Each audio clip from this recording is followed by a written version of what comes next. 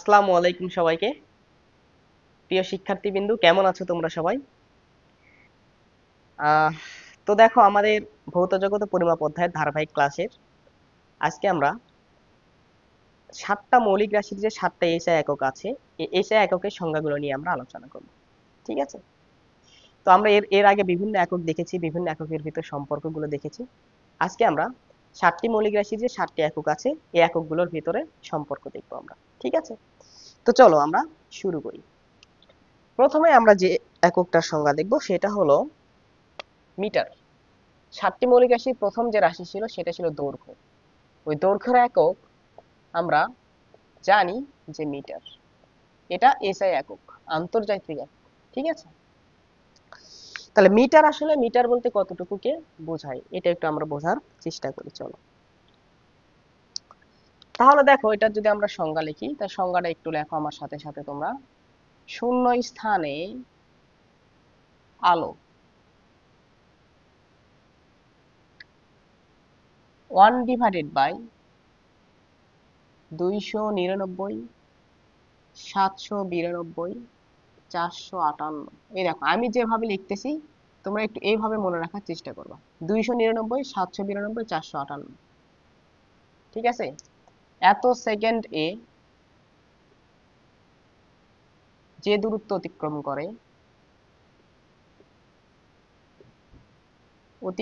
করে তাকে 1 মিটার বলে বা মিটার বলে। বুঝতে পারছো? তাহলে শূন্য স্থানে আলো এত সেকেন্ডে যে দূরত্ব অতিক্রম করে তাকে 1 মিটার বলে। এটা একটু বোঝার চেষ্টা করে দেখো। আমরা একটা কথা জানি যে শূন্য স্থানে শূন্য স্থানে আলোর বেগ আলোর বেগ কতটুকু? শূন্য স্থানে আলোর বেগ, এটা তোমরা কি জানো? তোমরা জানো 3 × 10⁸ মিটার পার সেকেন্ড। এটা আসলে অ্যাকচুয়াল মান হলো এইটা, 299, 792, 458 মিটার পার সেকেন্ড। এটা হলো শূন্য স্থানে আলোর বেগ। এটাকে রাউন্ড ফিগার করে 3 × 10⁸ লেখা হয়। বুঝছো? এটা দেখো, 3 3 6 7 8, তাহলে 2.99 × 10⁸ মিটার পার সেকেন্ড। 2.99 মানে কি? ওটাকে আমরা 3 লিখতে পারি। বুঝতে পারছো? ওই জন্য 3 × 10⁸ মিটার পার সেকেন্ড লেখা হয় আর কি, আলোর বেগ শূন্য স্থানে। আচ্ছা, এই আলোর বেগ এত মিটার পার সেকেন্ড, এর অর্থ কি বলতো? আলো 1 সেকেন্ডে যায় এত মিটার, 1 সেকেন্ডে যায় এত মিটার। বুঝতে পারছো? 1 সেকেন্ডে যাবে এত মিটার। বুঝতে পারছো? তার মানে আমরা এখান থেকে বলতে পাচ্ছি যে 1 মিটার দূরত্ব আসলে কতটুকু দূরত্ব? 1 মিটার দূরত্ব হলো এই যে টোটাল সেকেন্ডটা আছে। হ্যাঁ, এই যে টোটাল যে দূরত্ব আছে। আচ্ছা, আমি তোমাকে একটু ঐকিক নিয়ম করে দেখাই দিই, তাহলে তুমি বুঝতে পারবা। দেখো, এখান থেকে আমরা কি বলতে পারছি বলতো? হ্যাঁ, আলো 1 সেকেন্ডে যায়, শূন্য স্থানে আলো 1 সেকেন্ড এ যায় কত মিটার বলতো? 299,792,458 মিটার। 1 সেকেন্ডে যাবে এত মিটার। বুঝতে পারছো কি বলছি?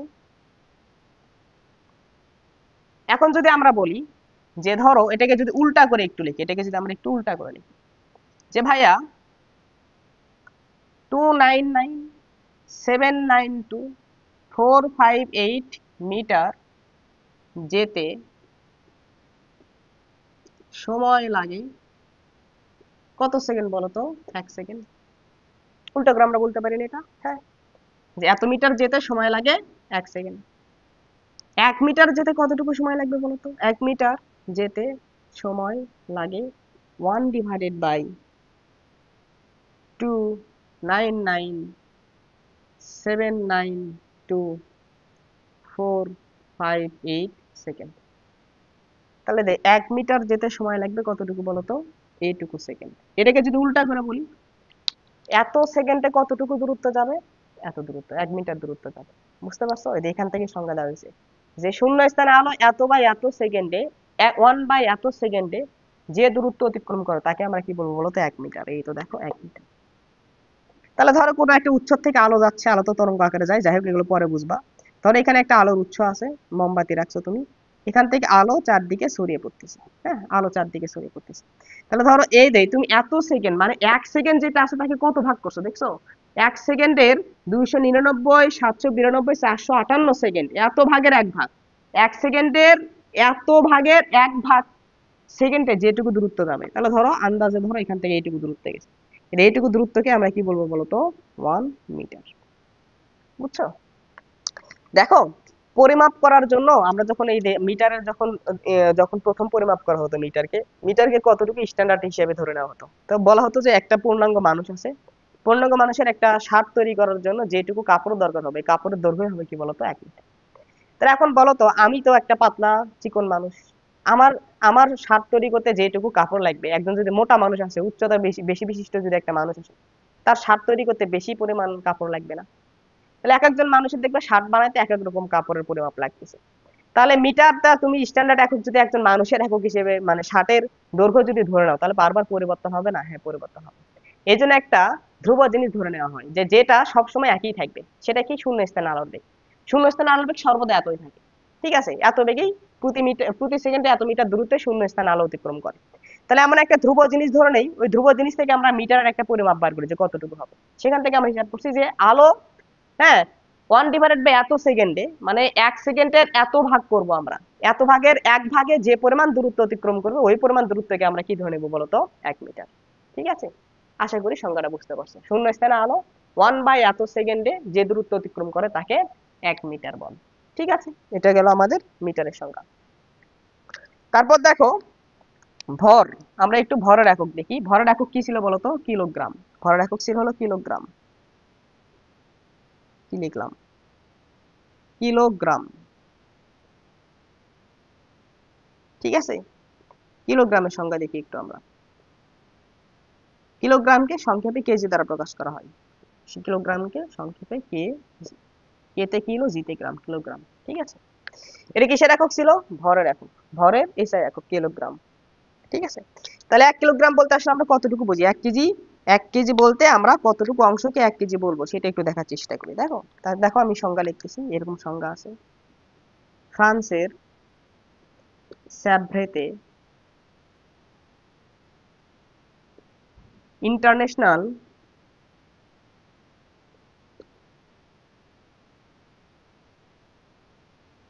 ওয়েটস অ্যান্ড মেজার্সে, ওয়েটস অ্যান্ড মেজার্সে রক্ষিত, এটা হচ্ছে একটা জাদুঘর। হ্যাঁ, এটা একটা জাদুঘর। ফ্রান্সের সেভ্রেতে ইন্টারন্যাশনাল ওয়েটস অ্যান্ড মেজার্স নামে একটা জাদুঘর আছে, যে জাদুঘরে একটা জিনিস রাখা আছে। কি রাখা আছে দেখো? রক্ষিত প্লাটিনাম,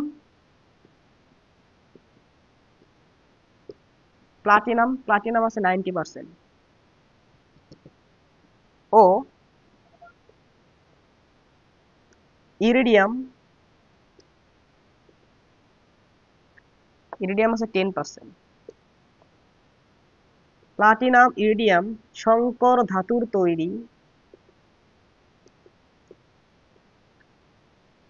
3.9 সেন্টিমিটার, 3.9 সেন্টিমিটার ব্যাস ও 3.9 সেন্টিমিটার উচ্চতা বিশিষ্ট।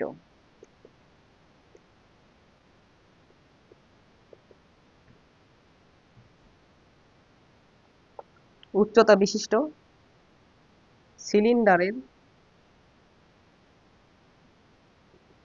ভরকে 1 কেজি বলে। 1 কেজি বলতে আসলে কতটুকু পরিমাণকে স্ট্যান্ডার্ড হিসেবে ধরে আছে সেটা একটু দেখো। দেখো, আমরা একটা সিলিন্ডার নিব। এইখানে ধরো এরকম একটা সিলিন্ডার আছে, কোথাও একটা সিলিন্ডার আছে, এটা হলো একটা সিলিন্ডার।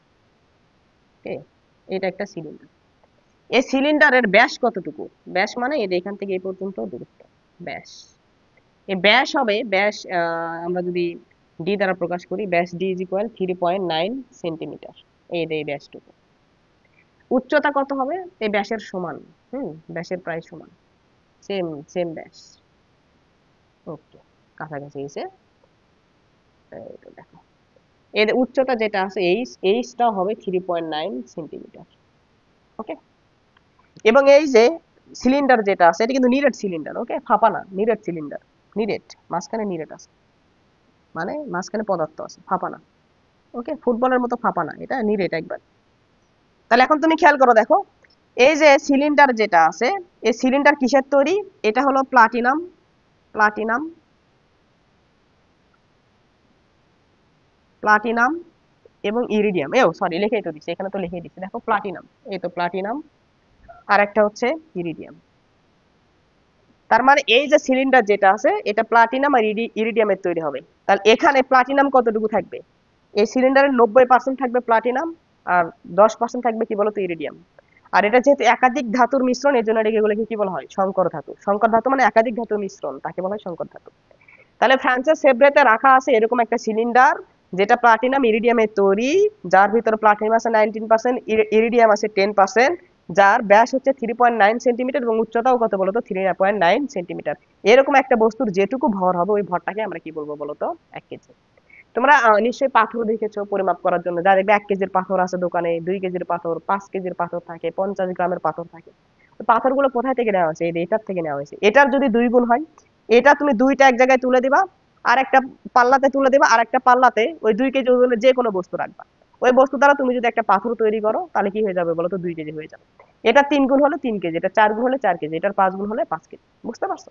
তাহলে ফ্রান্সের সেব্রেতে ইন্টারন্যাশনাল ওয়েটস অ্যান্ড মেজার্স রক্ষিত প্লাটিনাম ইরিডিয়াম সংকর ধাতুর তৈরি 3.9 সেন্টিমিটার ব্যাস এবং 3.9 সেন্টিমিটার উচ্চতা বিশিষ্ট সিলিন্ডার ভরকে কি বলবো আমরা বলতো? 1 কেজি। এইটুকু ভরকে আমরা বলবো 1 কেজি। তবে এখন দেখো যে ভরের একক যে কিলোগ্রাম আছে বা কেজি যেটা আছে, এটার কিছু ডিজিটাল সংজ্ঞা দেওয়া হয়েছে।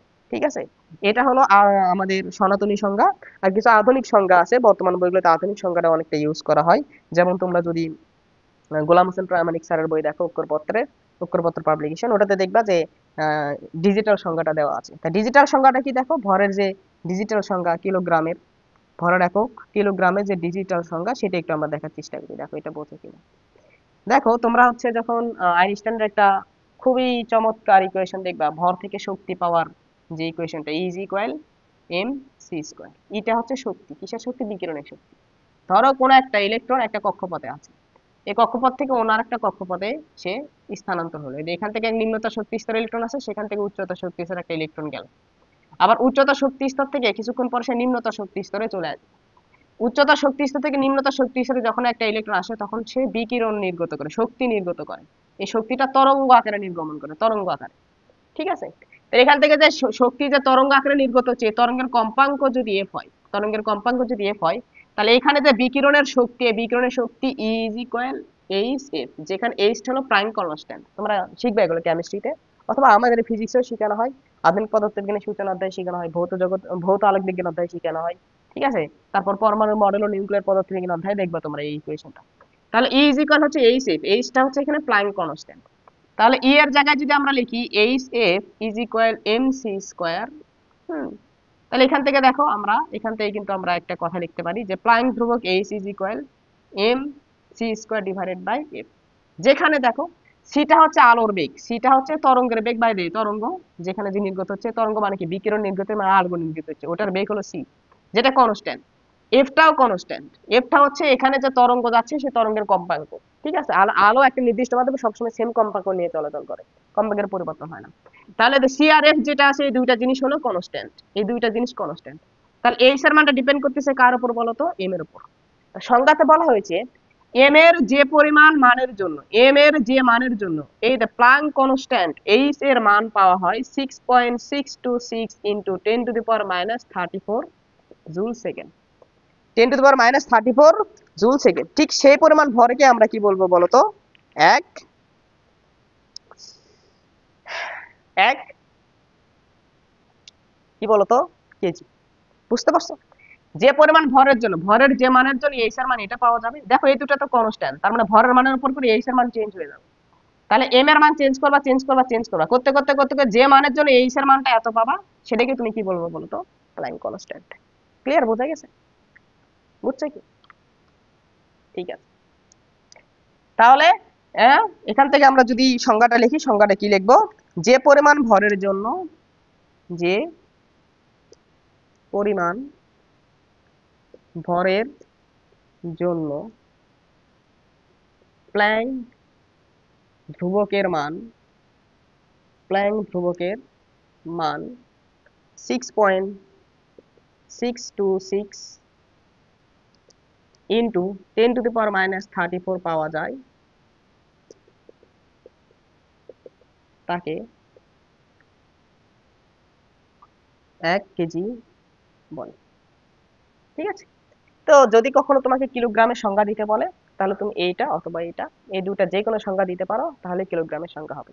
আর এটা কিভাবে পাওয়া যায়, এর নিচে তোমরা এইটুকু নোট রাখতে পারো, এইটুকু নোট সুন্দর করে লিখে রাখতে পারো, তাহলে তোমাদের ক্লিয়ার হয়ে যাবে। হ্যাঁ, ঠিক আছে, তাহলে চলো আমরা পরের সংজ্ঞাটা দেখি। পরের সংজ্ঞাটা দেখি, আমি একটু বোর্ড পরিষ্কার করি, তোমরা চাইলে একটা স্ক্রিনশট দিয়ে নিতে পারো। 1 2 3, ওকে, স্ক্রিনশট দেওয়া শেষ।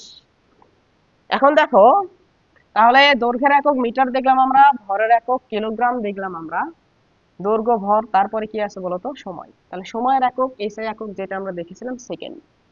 সেকেন্ড বলতে আসলে কতটুকু সময়কে বোঝায়, চলো সেটা আমরা একটু দেখার চেষ্টা করি। Second,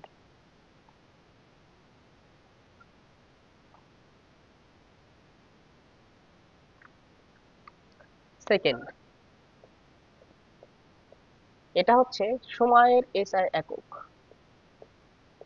second.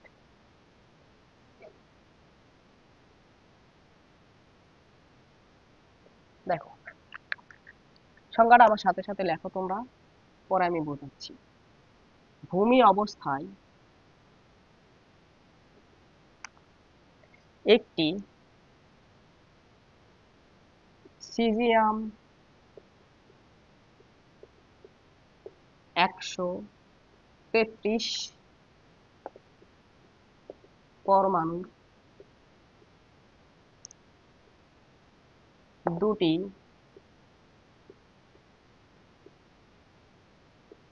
নিকটস্থ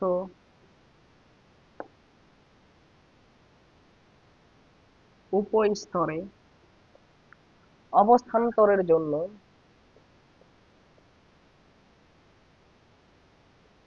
অবস্থান্তরের সময় নির্গত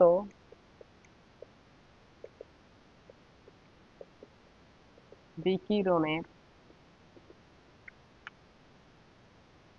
দেখো আমি কিভাবে লিখতেছি, এই মানটা কিভাবে মনে রাখি তোমরা এভাবে মনে রাখবা, 91 92 63 1770, 91 92 63 1770 অবস্থান্তরের সময় নির্গত বিকিরণের এতটি স্পন্দন, এতটি পূর্ণ স্পন্দন সম্পূর্ণ করতে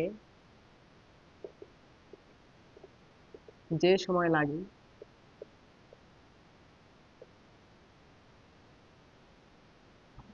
তাকে 1 সেকেন্ড বলে। ঠিক আছে ভাইয়া, কিছুই বুঝি নাই, কি লিখলেন এগুলা। দেখো এখন বুঝাচ্ছি, ধরো এটা একটা সিজিয়াম পরমাণু, সিজিয়াম পরমাণু, আমি ইচ্ছা মতন দুইটা কক্ষপথ দিলাম, ওকে, এখানে একটা কক্ষপথ, এখানে আর একটা কক্ষপথ। তাহলে এর পরপর নিকটস্থ দুইটা শক্তি স্তরে, দেখো ইলেকট্রনটা শক্তি বিকিরণ করে উচ্চতর শক্তি স্তরে গেল, শক্তি শোষণ করে, সরি, শক্তি শোষণ করে উচ্চতর শক্তি স্তরে গেল, কিছুক্ষণ পর ওই পরিমাণ শক্তি বিকিরণ করে আবার কি আসলো বলতো, নিম্নতর শক্তি স্তরে আসলো। ইলেকট্রন যখন শক্তি বিকিরণ করে তখন সে তরঙ্গ আকারে, শক্তি বা বিকিরণ এটা তরঙ্গ আকারে নিঃসৃত হয়। ঠিক আছে, তাহলে এই যে তরঙ্গটা আছে, স্পন্দন কাকে বলে, এই দেখো এটা একটা কণা, এই সমদশা সম্পন্ন কণা, ঠিক আছে, এই সমদশা সম্পন্ন কণা এইটা একটা পূর্ণ কম্পন সম্পন্ন করে এখানে আসছে। তাহলে এই কণা আর এই কণা একটা পূর্ণ কম্পন সম্পন্ন করতে, এটা এটা হলো একটা পূর্ণ কম্পন বা পূর্ণ স্পন্দন, এটাকে বলা হয় একটা পূর্ণ কম্পন আর একটা পূর্ণ স্পন্দন। তাহলে এটা একটা পূর্ণ কম্পন আর একটা পূর্ণ কম্পন সৃষ্টি করবে সেইখানে, এটা এখানে আসছে, এই কণাটা আবার কোথায় আসছে বলতো, এটা এখানে চলে আসছে। তাহলে দেখো এখান থেকে যদি এইভাবে রেখা টানো, তুমি রেখা টানলে সুন্দর, ক্লিয়ার বোঝা গেল। তাহলে এটা একটা কণা আর এটা একটা সমদশা সম্পন্ন কণা, এটার আবার সমদশা সম্পন্ন কণা হলো কোথায় বলতো, এইটা। ঠিক আছে, তাহলে কই কই দিলাম আমি, বেশ এখানে গেল, এই তো এখানে, বুঝলে। তাহলে দেখো এটা উপর থেকে নিচের দিকে আসতেছে, এটা উপর থেকে নিচের দিকে যাওয়ার সময়, এটা নিচের দিকে যাওয়ার সময়, তাহলে এইগুলো হলো সমদশা সম্পন্ন কণা। ঠিক আছে, আমি কি পাগল হলাম আজকে?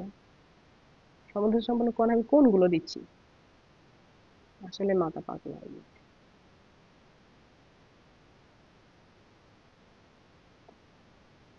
এটা একটা, তারপর এখান থেকে এটা একটা পর্ব গেল, এটা একটা গেল, এটা একটা গেল।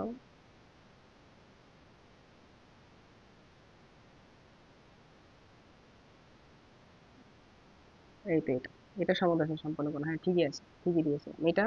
আবার এইদিকে আবার এটা কি বলতো, সমুদ্র সম্পন্ন কণা। তাহলে এখন একটু খেয়াল করো তো ভাইয়া, এটা যদি সমদশা সম্পন্ন কণা হয়, সরি সরি সরি ভুলই লিখছে, একটা তরঙ্গের উপর সমদশা সম্পন্ন কণা দিকে আমার অবস্থা খারাপ হয়ে গিয়েছে, মানে মাথা পাগল হয়ে গিয়েছে, এই বয়সে পাগল হয়ে গেলাম ভাইয়া আমি। এই তো এটা রে, এটা এটা এটা এটা হলো সমদশা সম্পন্ন কণা। যে এই তো একটা পূর্ণ স্পন্দন সম্পর্কে, আবার এটা উপরের দিকে উঠতেছিল, এ উপরের দিকে উঠতেছে, হ্যাঁ, আবার এই উপরের দিকে উঠতেছে, এই তো এইগুলো এইগুলো হলো সমদশা সম্পন্ন কণা। এই যে কোণের এখান থেকে এইটুকু এইটুকু এইটুকু হলো একটা পূর্ণ স্পন্দন, আবার এখান থেকে এইটুকু একটা পূর্ণ স্পন্দন, এখান থেকে এইটুকু একটা পূর্ণ স্পন্দন। তাহলে এই যে একটা পূর্ণ স্পন্দন সম্পন্ন করছে, দুইটা পূর্ণ স্পন্দন সম্পর্ক করছে, তিনটা পূর্ণ স্পন্দন সম্পর্ক। তাহলে এই যে এখানে তরঙ্গ যেটা যাচ্ছে বা বিকিরণ যেটা যাচ্ছে, এটা এরকম পূর্ণ স্পন্দন সম্পন্ন করবে কয়টি, কতটি, এই তো এতটি, এতটি, 91, 92, 63, 1770টি, এতটি পূর্ণ স্পন্দন সম্পন্ন করতে এই তরঙ্গের যে সময় লাগবে ওই সময়টাকে আমরা কি বলবো বলতো, 1 সেকেন্ড। ঠিক আছে ভাইয়া, এতগুলো পূর্ণস্পন্দন সম্পন্ন করতে আমরা 1 সেকেন্ড বলতে বুঝি? এক, দুই, এই তার মাঝখানে এইটুকু সময় তরঙ্গ এতটা পূর্ণস্পন্দন সম্পন্ন করে। হ্যাঁ ভাই, তরঙ্গর কম্পাঙ্ক যেটা দেখতেছি, এত বড় তরঙ্গ তো দেখতে পারবো না, তরঙ্গের কম্পাঙ্ক তো খালি কেউ দেখতে পারবো না, মানে খুবই কাছাকাছি কাছাকাছি কাছাকাছি থাকে এরকম তরঙ্গ কম্পতি হয়। তো এরকম পূর্ণ স্পন্দন এতটি সম্পন্ন করতে যে সময় লাগবে তাকে আমরা কি বলবো বলতো, 1 সেকেন্ড।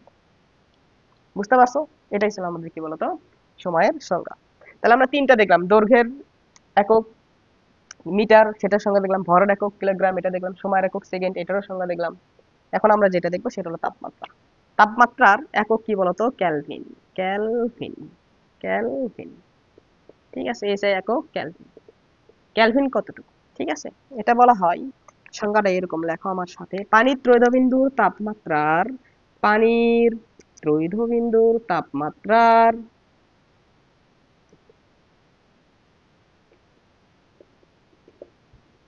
1/273.16 ভাগকে 1 কেলভিন বলে।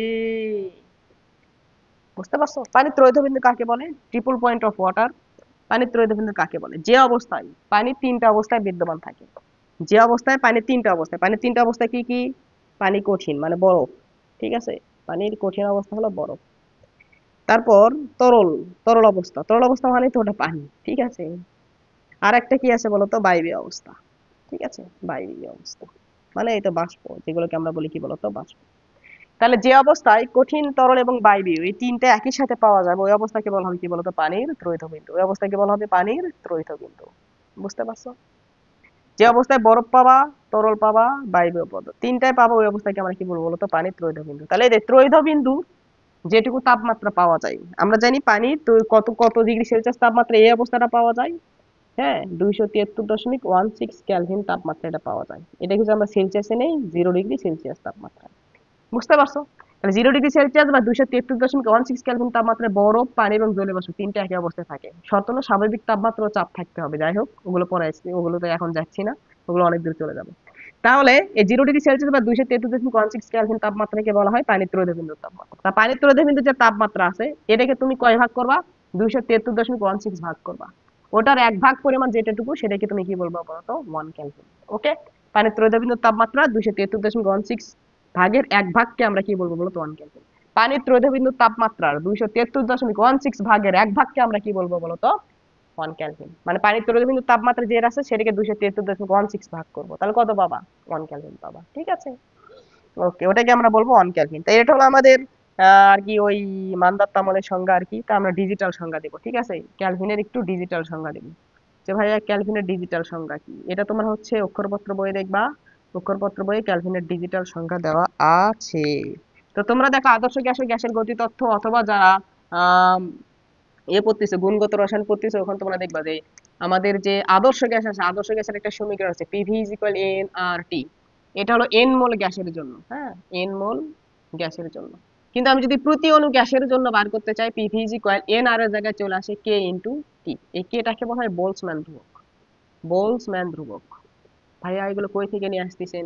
ভাইয়া এগুলো তোমরা শিখবা, এগুলো সব কিছু শিখানো হবে দশম অধ্যায়ে আদর্শ গ্যাসের গতিত্ব, তো এগুলো প্রমাণ করে দেওয়া হবে তোমাকে, ঠিক আছে? টেনশন নিও না। তাহলে পিভি ইজ ইকুয়াল কেটি। এখান থেকে আমরা দেখো, আমরা যদি বোলসম্যান ধ্রুবক কে এর মান বার করতে চাই, কে ইজ ইকুয়াল আমরা কি লিখবো? PV divided by T. একটা নির্দিষ্ট তাপমাত্রার জন্য গ্যাসের চাপ এবং আয়তন এই দুটো কি থাকবে বলো তো? কনস্ট্যান্ট। চাপ এবং আয়তন যদি কনস্ট্যান্ট রেখে যদি তাপমাত্রাটা পরিবর্তন করতে চাও, ধরো তাপমাত্রা পরিবর্তন করতেছে, কে এর মান পরিবর্তন হবে, আবার পরিবর্তন করতেছে, আবার পরিবর্তন হবে, তাহলে তাপমাত্রার যে মানের জন্য, এই যে তাপমাত্রা পরিবর্তন করে করে দেখতেছো, পরিবর্তন করে দেখতে দেখতে তাপমাত্রার একটা মান গেলা, যে মানের জন্য কে এর মান তুমি হিসাব করে পাইছো হচ্ছে 1.38 into 10⁻23 joule per kelvin. Joule per kelvin, ঠিক আছে? তাহলে টি এর যে মানের জন্য বোলসম্যান ধ্রুবক কে এর এসআই মান 1.38 ইন্টু 10⁻23 জুল পার কেলভিন পাবা, সেই পরিমাণ তাপমাত্রাকেই তুমি কি বলবা বলতো? 1 কেলভিন তাপমাত্রা, ঠিক আছে? তাহলে তাপমাত্রার যে মানের জন্য বোলসম্যান ধ্রুবকের এসআই এককে মান এত পাওয়া যায়, তাকে বলা হয় 1 কেলভিন। তাপমাত্রার যে মানের জন্য, যে মানের জন্য বোলসম্যান ধ্রুবকের মান, বোলসম্যান ধ্রুবকের মান এসআই এককে 1.38 ইন্টু 10⁻34 জুল পার কেলভিন পাওয়া যায়, তাকে 1 কেলভিন বলে। ঠিক আছে? বুঝতে পারছো? আশা করি বুঝতে পারছো। তাহলে আমরা তাপমাত্রার একক কেলভিন কিভাবে সংজ্ঞায়িত করা হয়েছে সেটা আমরা দেখলাম, কতটুকু পরিমাণকে আমরা 1 কেলভিন পরিমাণ বলবো সেটাও আমরা দেখলাম। তাহলে আমরা কি কি কিসের কিসের একক দেখলাম? স্ক্রিনশট দিয়ে নাও, স্ক্রিনশট দিয়ে নাও, স্ক্রিনশট দিয়ে নাও। 1 2 3। ওকে, স্ক্রিনশট দেওয়া শেষ। এখন দেখো, আমরা অলরেডি 4টা দেখে ফেলেছি, 4টা দেখে ফেলেছি, আরো কয়টা দেখবো বলো? আরো 3টা দেখবো, ঠিক আছে? তাহলে দৈর্ঘ্য, ভর, সময়, তাপমাত্রা 4টা দেখছি, ঠিক আছে? তারপর কি ছিল বলো তো বাবা? তড়িৎ প্রবাহ। তড়িৎ প্রবাহের এসআই একক কি যেন ছিল? অ্যাম্পিয়ার। অ্যাম্পিয়ার। চলো আমরা এখন একটু অ্যাম্পিয়ার কি জিনিস, অ্যাম্পিয়ার বলতে কতটুকু পরিমাণকে অ্যাম্পিয়ার বলবো সেটা দেখার চেষ্টা করি। অ্যাম্পিয়ার, অ্যাম্পিয়ার, তড়িৎ প্রবাহের একক অ্যাম্পিয়ার। অ্যাম্পিয়ার বলতে আমরা আসলে কতটুকু বুঝি, ঠিক আছে? তো একটু মনোযোগ দিবা, এই জিনিসটা একটু মনোযোগ দিয়ে বোঝার চেষ্টা করবা, তাহলে খুব সুন্দরভাবে তুমি বুঝতে পারবা, আমি আশা করি। হ্যাঁ, আমি আশা করি। দেখো, অ্যাম্পিয়ারের সংজ্ঞা লিখি আমরা। শূন্য স্থানে, শূন্য স্থানে 1 মিটার দূরে অবস্থিত, শূন্য স্থানে 1 মিটার দূরে অবস্থিত অসীম দৈর্ঘ্যের, অসীম দৈর্ঘ্যের এবং উপেক্ষণীয়, উপেক্ষণীয় বৃত্তাকার প্রস্থচ্ছেদের ক্ষেত্রফল বিশিষ্ট,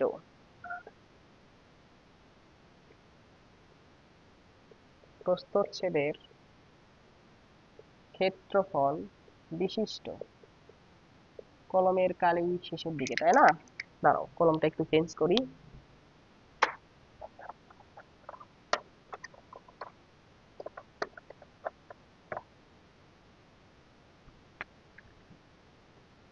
অসীম দূরত্বে অবস্থিত অসীম দৈর্ঘ্যের এবং উপেক্ষণীয় প্রস্থচ্ছেদের ক্ষেত্রফল বিশিষ্ট দুটি সমান্তরাল সরল পরিবাহীতে, সরল পরিবাহীতে যে পরিমাণ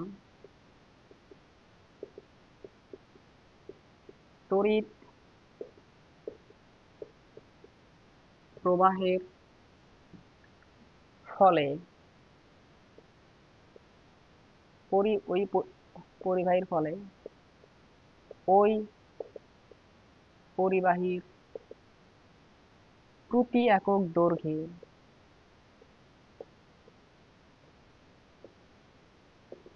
যদি যদি কত মান যেন 2 ইন্টু 10⁻⁷ নিউটন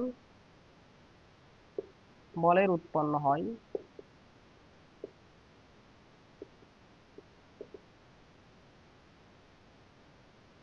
তবে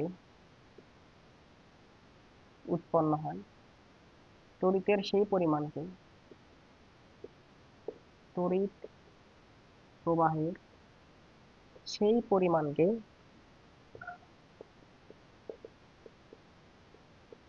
1 অ্যাম্পিয়ার বলে। দেখো ভাইয়া, কি লিখলেন? এত বড় সংজ্ঞা লিখলেন, আমি তো কিছুই বুঝি নাই। আপনার মাথায় এত বড় সংজ্ঞা কিভাবে আসে?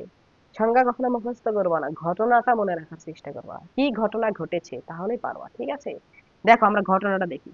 দুইটা তোমার কাছে তার আছে, যে দুইটা তার অনেক বড় দৈর্ঘ্য, অনেক বড় দৈর্ঘ্য।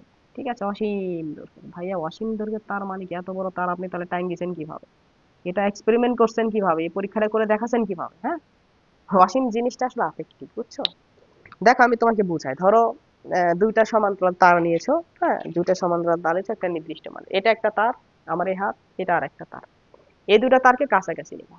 ঠিক আছে, ধরো এই দিক বরাবর দৈর্ঘ্য নিচ্ছে তুমি 20 মিটার, এই দিক বরাবর দৈর্ঘ্য নিচ্ছে 20 মিটার, তাদেরকে কাছাকাছি রাখছো। তুমি একটু চিন্তা করো, দেখো এই অবস্থায় তুমি যখন দুইটা হাতকে দেখতেছো, কত বড় দেখতেছো? ছোট আনা দেখতেছো। এই দুইটা হাতকে একটু কাছে নিয়ে আসো, তোমার চোখের কাছে নিয়ে আসো, তোমার চোখের কাছে নিয়ে আসো, নিয়ে আসতে নিয়ে আসতে নিয়ে আসতে এই যে চোখের সংলগ্ন অবস্থায় রাখো। রাখো, রাখছো? হ্যাঁ, রাখছো। এখন যদি আমি তোমাকে বলি, তুমি ধরো এই অবস্থায় আমার দুইটা হাতকে দেখো নাই, আমি সরাসরি তোমার চোখের সামনে এইভাবে দুইটা হাতকে নিচ্ছি, এইভাবেই ঠিক দেখো। তাহলে দেখো তো তুমি এই দুইটা হাতের দৈর্ঘ্য কতটুকু মনে হবে? তুমি কি এই দেখো তো, চোখ উপর নিচে করে দেখো, উপরের মাথায় দেখতে পাচ্ছ না? নিচে নিচে করে দেখো, নিচে দেখতে পারতেছ না। তা তোমাকে যদি বলতাম বলো তো আমার এই হাতের দৈর্ঘ্য কতটুকু, তুমি বলবা স্যার এতই বড় যে আমি দেখতে পারতেছি না। তার মানে অসীম দৈর্ঘ্যের দুইটা তার বা দুইটা হাত আপনি আমার চোখের সামনে রাখছেন, এগুলো কি অসীম দৈর্ঘ্য? না। তা মধ্যবর্তী যে দূরত্ব আছে, এই যে দুইটা তারের মধ্যবর্তী যে দূরত্ব আছে, এই দূরত্বের তুলনায় দৈর্ঘ্যটা অনেক বড়। হ্যাঁ, এই যে দুইটা তারের যে মাঝখানে দূরত্ব আছে, এই দূরত্বের তুলনায় দৈর্ঘ্যটা যদি একটু বড় হয়, সেটাকে বলা হয় কি বলতো? অসীম দৈর্ঘ্য। মধ্যবর্তী দূরত্বের তুলনায় দৈর্ঘ্যটা একটু বড়, অনেক বড়, কয়েক গুণ বড় যদি হয়, সেটাকে বলা হয় কি বলতো? অসীম দৈর্ঘ্য। কই রাখলাম মার্কার? আচ্ছা, পকেটে। দেখো, তাহলে এরকম দুইটা তারকে তুমি শূন্য স্থানে রাখে তাদেরকে কত দূরে রাখছো? 1 মিটার দূরে রাখছো। 1 মিটার দূরে রাখছো। এই দুটা পরিবাহীতে তুমি এখন কি করতেছো বলতো? কারেন্ট পরিবহন করতেছো, কারেন্ট, বিদ্যুৎ চালাচ্ছ। ধরো এই দিক বরাবর একই দিকে দুইটা পরিবাহীতে একই দিকে তড়িৎ প্রবাহ চালাইতে হবে। এই দিক বরাবর তড়িৎ প্রবাহ চালাচ্ছ, তড়িৎ প্রবাহ চালার জন্য কি করতে হবে? একে একটা এক্সটার্নাল সার্কিটের সাথে যুক্ত করতে হবে বা কোনো ব্যাটারির সাথে যুক্ত করতে হবে। এটা একটা রিওস্টেট, রিওস্টেট এখানে আমি অঙ্কন করলাম, এটা পরিবর্তনশীল রোধ। এটাকে আমি একটা ব্যাটারির সাথে যুক্ত করি, সেটা ব্যাটারির এটা ধনাত্মক প্রান্ত, এটা ধরো কি বলতো? ঋণাত্মক প্রান্ত। কোষ, বিদ্যুৎ কোষের সাথে যুক্ত করে দিচ্ছি। হ্যাঁ, এই আরেকটা প্রান্তের সাথে নিয়ে যায় আমি একইভাবে এই যে তার আছে এই তারকেও যুক্ত করে দিই। তাহলে দুইটা তারই ব্যাটারি পজিটিভ প্রান্তের সাথে যুক্ত। তার মানে দুইটা তারই কি হবে বলতো? একই দিকে তড়িৎ প্রবাহ হবে। এই ব্যাটারির নেগেটিভ প্রান্তটাকে নিয়ে যায় দেবে তারের সাথে কি করে দিচ্ছি বলতো? যুক্ত করে দিচ্ছি। এই তো। ওকে, কোন দিকে কোন দিকে রেখা টানলাম, আল্লাহ! মান সম্মান সব শেষ, মান সলেমান সবই শেষ, মান সলেমান সবই শেষ। বুঝছো? এই তো ব্যাটারির ধনাত্মক প্রান্তের সাথে এই দুটো অসীম দৈর্ঘ্যের তারকে একই প্রান্তের সাথে যুক্ত করছে, একই দিকে তড়িৎ প্রবাহিত হবে। তোমরা দেখবা, হ্যাঁ, তোমাদেরকে এগুলো পড়াবো, তড়িৎ প্রবাহ চুম্বকের চুম্বকত্ব অধ্যায়ে। দুটা সরল পরিবাহী বা সমান্তরাল পরিবাহী ভিতর দিয়ে যদি একই দিকে কারেন্ট প্রবাহিত হয়, তখন এই দুটা পরিবাহী এক ধরনের আকর্ষণ বল অনুভব করে, আকর্ষণ বল অনুভব করবে। বুঝতে পারছো? তাহলে এই দুটা পরিবাহীর ভিতর দিয়ে একটা বল উৎপন্ন হয়েছে। আমরা এখন বল হিসাব করব। বল হিসাব করার জন্য ধরো এই বলগুলো হিসাব করতে আমি একটা কোনো মিটার এখানে রাখছি, যে শুধু বল পরিমাপ করবে। ঠিক আছে, বল পরিমাপ করবে, ঠিক আছে। ওই মিটারকে বলছি তুমি শুধু বল পরিমাপ করো না, তুমি প্রতি একক দৈর্ঘ্যে বল পরিমাপ করো। তো এই যে তার যেটা আছে, তারের দৈর্ঘ্য আমরা বললাম কি বলতো? এল। তাহলে প্রতি একক দৈর্ঘ্যে বল কত হবে বলতো? F/L। ওকে, এখন দিকে মনোযোগ দাও। ধরো এই যে দুটা পরিবাহী আছে, এই দুটা পরিবাহীর ভিতর দিয়ে কারেন্ট প্রবাহিত হচ্ছে। যখন কারেন্ট প্রবাহিত হচ্ছে, তখন এর ভিতর দিয়ে ধরো 1 অ্যাম্পিয়ার কারেন্ট প্রবাহিত করতেছি আমরা। 1 অ্যাম্পিয়ার কারেন্ট যখন প্রবাহিত, সরি 1 অ্যাম্পিয়ার বলতেছি, 1 অ্যাম্পিয়ার বলে তো হয় গেল। ধরো একটা নির্দিষ্ট পরিমাণ কারেন্ট দিয়েছি, যার জন্য এই দুটা তারের প্রতি একক দৈর্ঘ্যে মানে F/L এর মান আসছে ধরো এরকম 4 × 10⁻⁷ নিউটন এরকম আসছে। আমি যখন ধরো কিছু পরিমাণ কারেন্ট দিচ্ছিলাম, তারপর কারেন্টের পরিমাণ আরেকটু কমাইলাম, কারেন্টের পরিমাণ আরেকটু কমালে কি হবে, বল কমে যাবে, এই যে মধ্যবর্তী আকর্ষণ বলের পরিমাণ কমে যাবে, তা বলের পরিমাণ কমে গেলে F/L ও কমে যাবে। এটা ধরো এরকম করে আসলো 3 × 10⁻⁷ নিউটন। আমি আবার কি করলাম বলতো, কারেন্টের পরিমাণ চেঞ্জ করে দিলাম। কারেন্টের পরিমাণ চেঞ্জ কিভাবে করতেছি, এই যে রিওস্টেট পরিবর্তনশীল রোধ রাখা আছে, রোধের মান চেঞ্জ করলে আই চেঞ্জ হয়ে যাবে। ভি ইজ ইকুয়াল আই আর পড়ছো না ভাইয়া, আই ইজ ইকুয়াল কি আসবে, ভি ডিভাইডেড বাই আর। এই তো এই তারের দুই প্রান্তে তো ভোল্টেজ তো নির্দিষ্ট, এই তো এই ব্যাটারির ভোল্টেজটা হবে কি বলতো, ভোল্টেজটা নির্দিষ্ট থাকবে। যদি তুমি কি করো, কারেন্টটা চেঞ্জ করে দাও, যেহেতু এই ভোল্টেজটা নির্দিষ্ট, এখানে কারেন্ট কারেন্ট বলতেছি রোধটা যদি চেঞ্জ করে দাও, রোধের মান চেঞ্জ করলে আই কি হয়ে যাবে বলতো, চেঞ্জ হয়ে যাবে। যাই হোক, এখন তুমি খেয়াল করো দেখো, তা যদি রোধের মান চেঞ্জ করলে আই চেঞ্জ হয়ে যায়, আমি রোধের মান এভাবে চেঞ্জ করতেছি, রিওস্টেটের মাধ্যমে রোধের মান চেঞ্জ করে করে এখানে কারেন্টের মান চেঞ্জ করতেছি।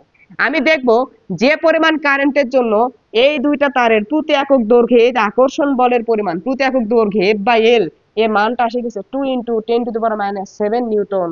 ঠিক আছে, এই তো যে মানের জন্য এত নিউটন বল উৎপন্ন হলো দুইটা পরিবাহীর প্রতি একক দৈর্ঘ্যের ভিতরে, ওই পরিমাণ কারেন্টকে আমি কি বলবো বলতো, F/L। ঠিক আছে, এখন পরে তো দেখো তো, শূন্য স্থানে একটা শূন্য স্থান রাখছো, 1 মিটার দূরে অবস্থিত, 1 মিটার দূরে অবস্থিত, অসীম দৈর্ঘ্যের, মানে দৈর্ঘ্যটা মধ্যবর্তী দূরত্বের তুলনায় অনেক বড় হবে, এটাকে বলা অসীম দৈর্ঘ্য, এবং উপেক্ষণীয় বৃত্তাকার প্রস্থচ্ছেদের ক্ষেত্রফল বিশিষ্ট দুটি সমান্তরাল সরল পরিবাহীতে, পরিবাহী তার, তোমরা যে তার যেগুলোর মাধ্যমে কারেন্ট নিয়ে আসবে, তারগুলো দেখতে কেমন হয়, তারগুলো দেখতে দেয় এরকম, এরকম এরকম তারগুলো যদি দেখো, তারের এক মাথা কাটে যদি তোমাকে দেখাই, যে ধরো এটা তার, তারের এই মাথা কাটে দিচ্ছি, কাটে যদি তোমাকে দেখাই কেমন দেখবে, বৃত্তাকার, এবং তারগুলো কি হয়, খুবই চিকন হয় না, তাহলে এই যে বৃত্তাকার, বৃত্তের যে ক্ষেত্রফল এটা কেমন হয়, উপেক্ষণীয়।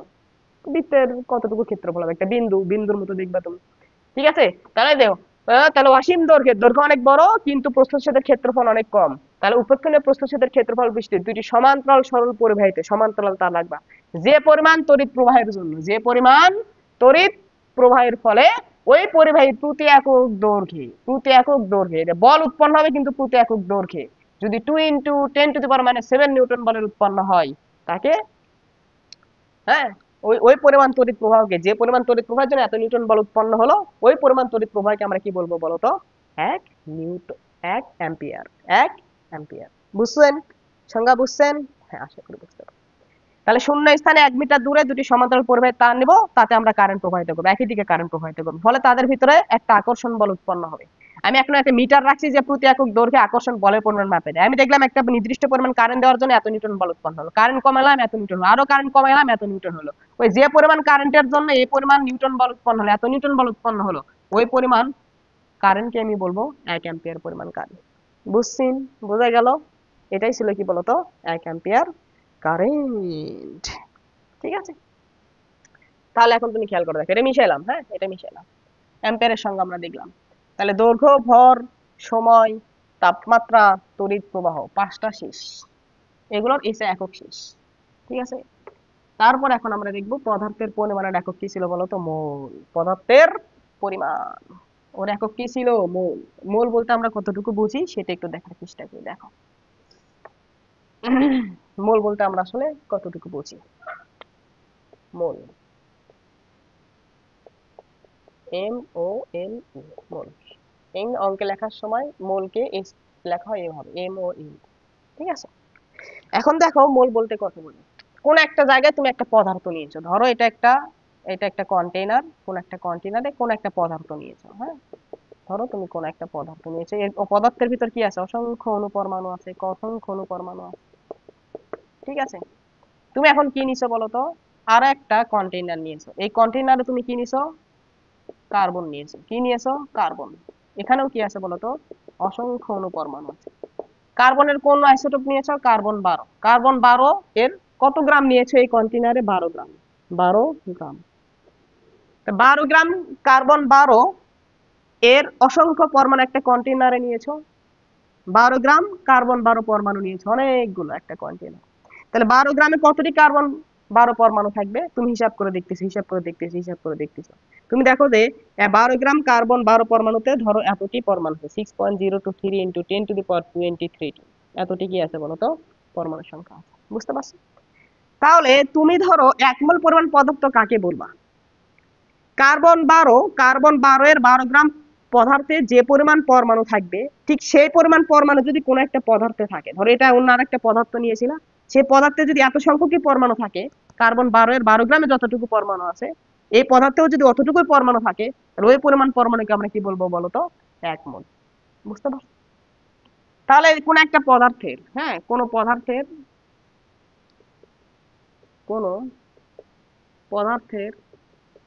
যে পরিমাণ একটা পদার্থের একটা নির্দিষ্ট পরিমাণ 12 গ্রাম কার্বন 12 এ অবস্থিত পরমাণু, কার্বন 12 অবস্থিত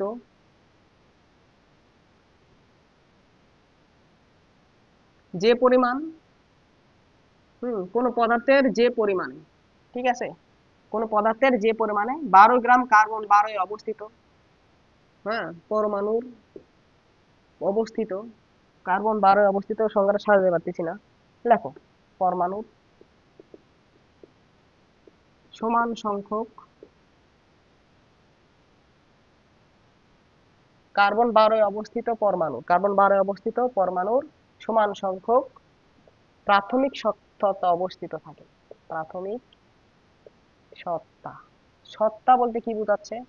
এই যে এখানে যে পদার্থ আছে, তুমি কোন একটা পদার্থের পরমাণু নিতে পারো, কোন একটা পদার্থের অণু নিতে পারো, হ্যাঁ, কোন একটা পদার্থের ইলেকট্রন সংখ্যা নিতে পারো।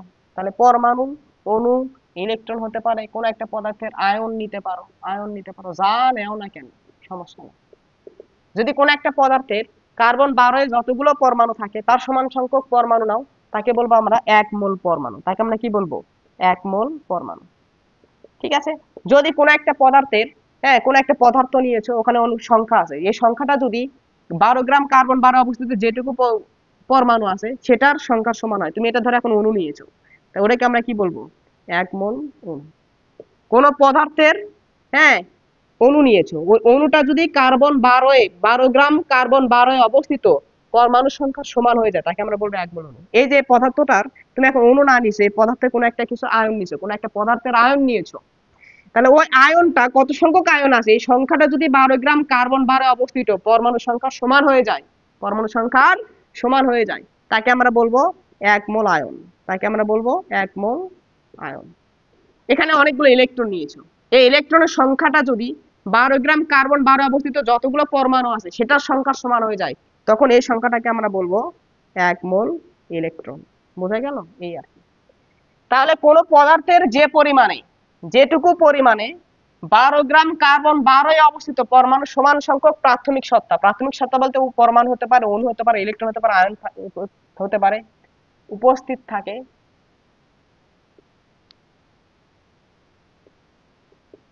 ওই পদার্থের ওইটুকু পরিমাণকে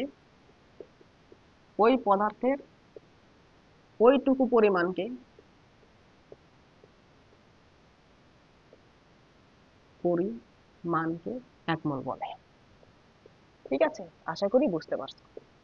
আবার বলতেছি, কার্বন 12 এর 12 গ্রাম নিয়েছো, সেখানে তুমি হিসাব করে দেখতেছো কত সংখ্যক পরমাণু আছে, এত সংখ্যক পরমাণু আছে, কার্বন 12 এর এত সংখ্যক পরমাণু আছে 12 গ্রাম। তাহলে কার্বন 12 এর 12 গ্রামে যে সংখ্যক পরমাণু থাকে, কোন একটা পদার্থের প্রাথমিক সত্তা হিসেবে তুমি পরমাণু নিতে পারো, অণু নিতে পারো, ইলেকট্রন নিতে পারো, আয়ন নিতে পারো। কোন একটা পদার্থের তুমি ধরো ইলেকট্রন নিয়েছো, কতটুকু ইলেকট্রন নিয়েছো, কয়টা ইলেকট্রন আছে, এখানে ইলেকট্রন সংখ্যাটা যদি 12 গ্রাম কার্বন 12 অবস্থিত পরমাণুর সংখ্যা সমান হয়ে যায়, তখন এইটুকু পদার্থকে আমি কি বলবো বলতো? 1 মোল ইলেকট্রন বলবো। যদি পরমাণু না, তাকে বলবো 1 মোল পরমাণু। যদি অণু না, তাকে বলবো 1 মোল অণু। যদি আয়ন না, তাকে বলবো আমরা কি বলতো? 1 মোল আয়ন। ঠিক আছে? তাহলে কার্বন 12 এ 12 গ্রাম কার্বন 12 অবস্থিত পরমাণু যেটুকু সংখ্যা থাকে, ওটাকে আমরা কি বলবো বলতো? 1 মোল পরিমাণ পরমাণুর সংখ্যা। ঠিক আছে? ওকে। তাহলে আমরা পদার্থের পরিমাণ, মোলের সংখ্যা দেখলাম, পদার্থের পরিমাণের একক যে মোল সেটা আমরা দেখলাম। 6টা আমাদের শেষ। লাস্ট আছে দীপন তীব্রতার একক। দীপন তীব্রতার একক যেন আমরা কি পড়েছিলাম ভাইয়া? ক্যান্ডেলা। দীপন তীব্রতার একক আমরা পড়েছিলাম ক্যান্ডেলা। ঠিক আছে? ক্যান্ডেলা। লাস্ট সংজ্ঞা আমাদের ক্যান্ডেলা, CANDELA, ক্যান্ডেলা। পদার্থের পরিমাণ একক ক্যান্ডেলা। তো ক্যান্ডেলার সংজ্ঞাটা যদি আমরা দেখতে চাই, ক্যান্ডেলা বলতে আসলে আমরা কতটুকু পরিমাণকে বোঝাই। তো তোমাদেরকে এর আগে আরেকটা জিনিস পড়ায় দেখো, আমি তোমাদেরকে পড়েছিলাম, ধরো কোথাও একটা গোলক নিয়েছো, স্টেরেডিয়ান বলতে কতটুকু বোঝায় সেটা একটু তোমাদেরকে আমি বোঝাই। গোলক নিয়েছো, গোলকের পৃষ্ঠের উপর তুমি কি করছো বলো, একটা বৃত্ত অঙ্কন করেছো, বৃত্ত অঙ্কন করেছো। হ্যাঁ, এই যে বৃত্ত যেটা আছে, এই বৃত্তের ক্ষেত্রফল কত, 1 মিটার স্কোয়ার। গোলকের কেন্দ্র থেকে পৃষ্ঠ পর্যন্ত যে দূরত্ব, এই যে পৃষ্ঠ পর্যন্ত যে দূরত্ব, এই দূরত্ব ধরো হচ্ছে 1 মিটার স্কোয়ার, 1 মিটার, 1 মিটার। হ্যাঁ, তাহলে এমন একটা গোলক নিবা যে গোলকের ক্ষেত্রফল কত হবে বলতো, গোলকের ক্ষেত্রফল মানে সরি, গোলকের ব্যাসার্ধ হবে 1 মিটার। তাহলে 1 মিটার ব্যাসার্ধের একটা গোলক, তার পৃষ্ঠের উপর তুমি কি করছো, 1 মিটার স্কোয়ার ক্ষেত্রফল বিশিষ্ট একটা বৃত্ত অঙ্কন করেছো। এই বৃত্তের প্রতিটি বিন্দু থেকে যদি বৃত্তের কেন্দ্রটা বা গোলকের কেন্দ্রটা তুমি কি করে দাও, যোগ করে দাও। হুম, তাহলে এখানে একটা এরকম জিনিস উৎপন্ন হবে, দেখতে এরকম হবে একটা, ধরো এরকম। এদের বৃত্ত, বৃত্তের উপর প্রতিটি বিন্দু থেকে গোলক যেটা ছিল, গোলকের কেন্দ্রটা যোগ করে দিবা, শঙ্কুর মতো একটা জিনিস তৈরি হবে। ঠিক আছে, এই শঙ্কুর মতো যে জিনিসটা তৈরি হবে, এটাকে আমরা বলবো কি বলতো, 1 স্টেরেডিয়ান ঘনকোণ। এই যে কোণ যেটা উৎপন্ন হলো, এটাকে বলবো আমরা 1 স্টেরেডিয়ান ঘনকোণ। তোমাদেরকে আমি পড়াইছি, আগের এককটা দেখো তাহলে বুঝতে পারবা। তাহলে এই যে এখানে যে এটা উৎপন্ন হবে, মানে তোমরা বার্থডেতে যে টুপি উৎপন্ন করো না, টুপি টুপি, এই যে টুপি টুপির মতো একটা জিনিস, এটা এটাকে বলা হবে 1 স্টেরেডিয়ান। শর্ত কি, এখানে গোলটা, মুখটা হতে হবে 1 মিটার স্কোয়ার বৃত্তাকার, আর এখানে কেন্দ্র থেকে পৃষ্ঠ পর্যন্ত যদি দূরত্ব না, ওই দূরত্বটুকু হবে 1 মিটার। বুঝতে পারছো? তাহলে এটাকে বলা হয় স্টেরেডিয়ান, স্টেরেডিয়ান, 1 স্টেরেডিয়ান এই পরিমাণ।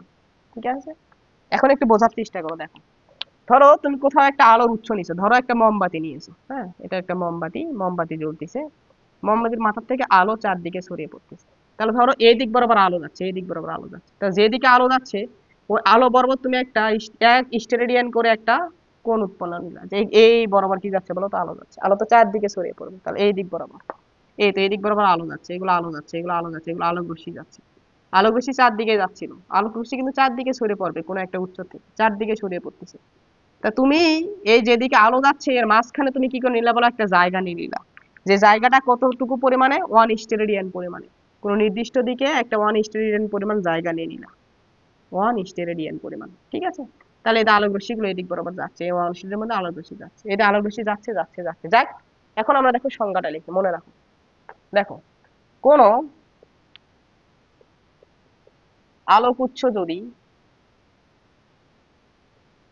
আলোক উৎস যদি কোনো নির্দিষ্ট দিকে, কোনো নির্দিষ্ট দিকে 5.4 ইন্টু 10⁴ হার্জ কম্পাঙ্কের এক বর্ণী বিকিরণ নিঃসরণ করে, এক বর্ণী বিকিরণ নিঃসরণ করে, এবং ওই নির্দিষ্ট দিকে, ওই নির্দিষ্ট দিকে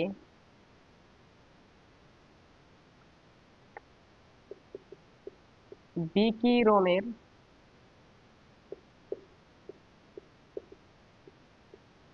তীব্রতা যদি প্রতি স্টেরেডিয়ান ঘনকোণে, প্রতি স্টেরেডিয়ান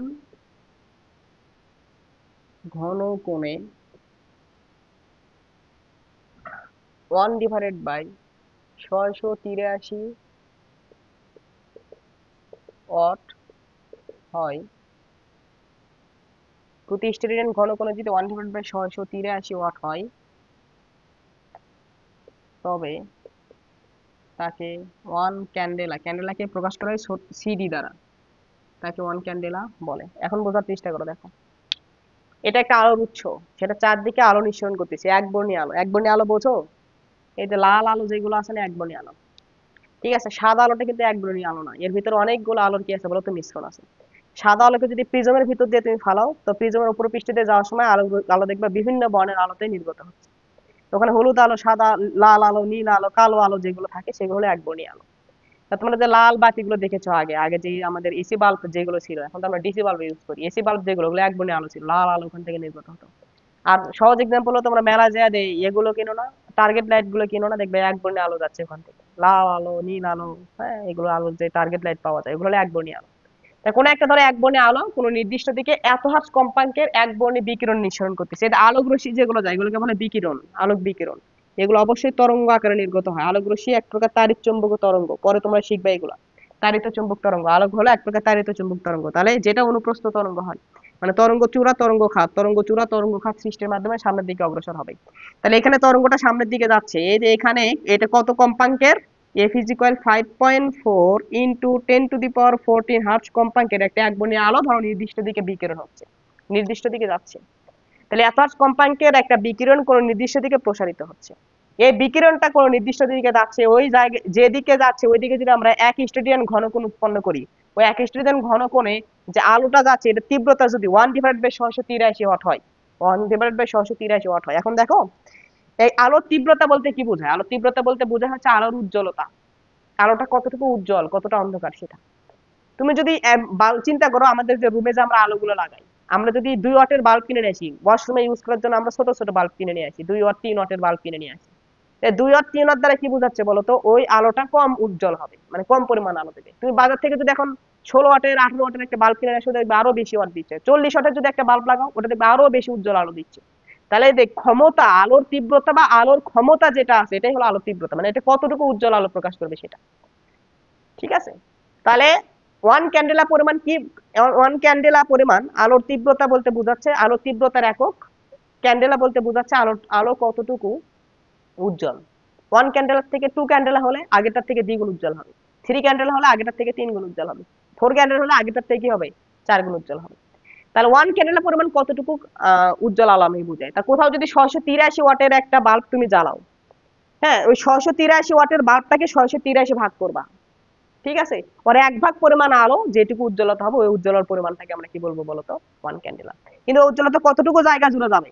তুমি এখন কি ধরো 683 ওয়াটের 1 ভাগ একটা আলো নিয়ে আলো নিয়ে চারদিকে ছড়িয়ে দিচ্ছ, তাহলে তো তার তীব্রতা বেশি হবে না ভাই, কম হয়ে যাবে।